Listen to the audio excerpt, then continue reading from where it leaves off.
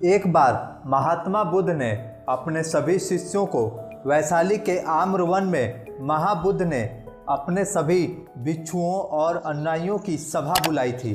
महात्मा बुद्ध ने उस सभा में प्रवचन करते करते सहसा कह उठे, मेरे प्रज्वलित दीपों, सावधान, आज से ठीक 4 माह बाद मैं महानिर्वाण के शून्य में लीन हो जाऊंगा, अपनी यह देह त्याग दूंगा। इसलिए अब समय की थोड़ी बहुत ही बालू ही तुम्हारे मुट्ठी में बची हुई है। जो करने योग्य है करो, जो लाभ लेना है ले लो।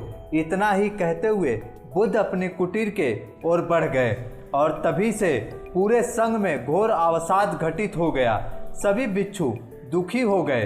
बहुत सारे भिक्षु रोने लगे, यह सोच करके कि अब गुरुवर के दिव्यवाणी, गुरुदेव के दिव्य दर्शन को हम कैसे प्राप्त करेंगे। गुरुदेव की वो मनोहर छवि, वह गुरुदेव का हम सभी को मार्गदर्शक देना, अब भला हमें कौन समझाएगा। और कुछ भिक्षु ऐसे भी थे जो गुरुदेव के द्वारा उपयोग की गई हर वस्तु को इकट्ठा कर रहे थे, जैसे बुद्ध की चरण पादुका, चोला, भोजन पात्र, कुशासन और भी इत्यादि वस्तुओं को जुटाने में लगे हुए थे।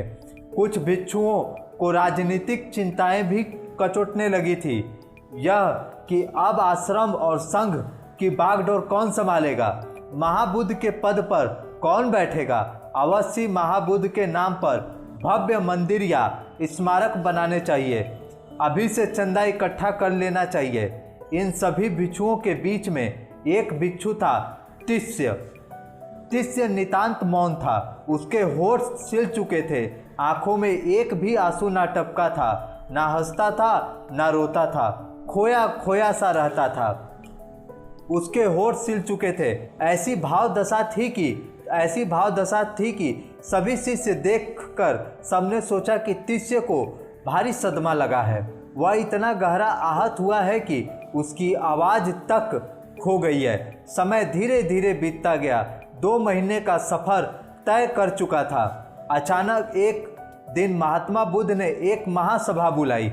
इस महासभा में उपस्थित होने के लिए भिक्षुओं का पूरा हुजूम दौड़ आया। महाबुद्ध आम्र वृक्ष की घनी छाया तले बैठे थे। ऊपर शाखाओं पर कच्चे अधपके हर तरह के आम झूल रहे थे। नीचे महात्मा बुद्ध के सामने भी हर अवस्था के अनुयायी बैठे थे।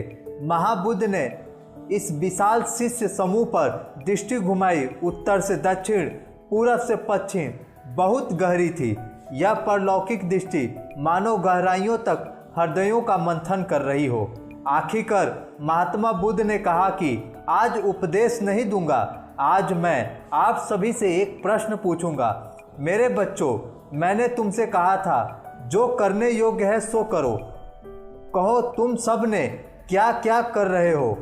तभी एक दल खड़ा हुआ, बोला, प्यारे तथागत, हम सब विषाद की खाइयों में खो गए हैं, झुंड बना बना कर रो रहे हैं, आपके प्यार में खूब आंसू बटोर रहे हैं। तभी महात्मा बुद्ध ने दूसरे दल पर दृष्टिपात किया, नेत्रों से ही पूछ लिया, तुम क्या कर रहे हो।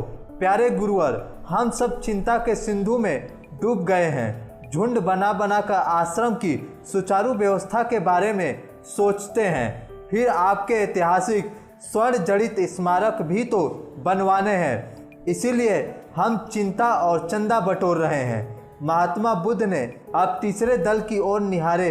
वे तो अपनी झोलियों में से उपलब्धि लिए बैठे थे।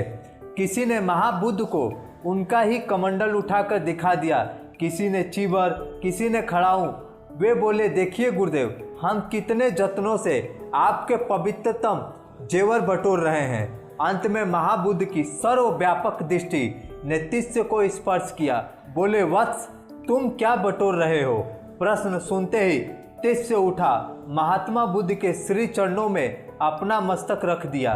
कुछ देर बाद उन्हीं में लीन रहा, फिर हाथ जोड़कर सीधा खड़ा हुआ और बोला, भगवान, मैं खुद को खो रहा हूँ और आपको बटोरने की कोशिश कर रहा हूँ। यह सुनते ही सभा के कान खड़े हो गए।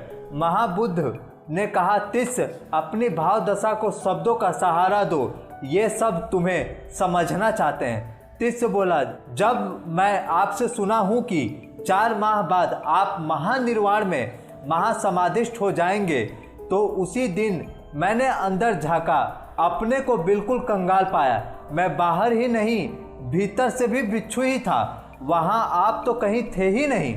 मेरी आत्मा धिक्कार उठी, तेरे गुरु जाने वाले हैं, तूने अब तक गुरु को पाया ही नहीं।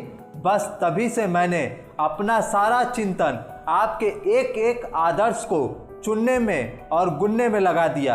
अपना सारा ध्यान आपकी प्यारी मूरत में बसा दिया। अपने सारे भावों के धागे आपके चरणों में बांध दिए। हर श्वास की माला में आपके सुमरन की मोती गूंथ दिए।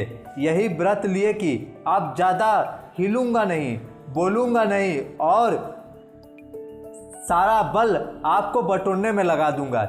हे दयानिधि, कृपा करो, मेरा व्रत पूरा हो। आपके देह त्याग से पहले यह तिस्य विदा हो जाए। उसकी देह में बस आप समा जाएं, बस आप ही आप। ये है हमें अपने गुरुदेव से बटोरने चाहिए। तब महात्मा बुद्ध बोले, वास्तव में तिस्य तुमने मुझे अपने अंदर समा लिया है। हे तिस्य, अब तू और मैं एक हैं, ना तू अलग ना मैं अलग। हे गुरु भक्तों, हमें अपने गुरु से उनके आदर्श व उनके विचारों को अपने अंदर समाएं और अपने अंदर के काम, क्रोध, लोभ, मोह, अहंकार को समाप्त करके गुरु के हर एक वचनों को अपने अंदर सम्मिलित करें।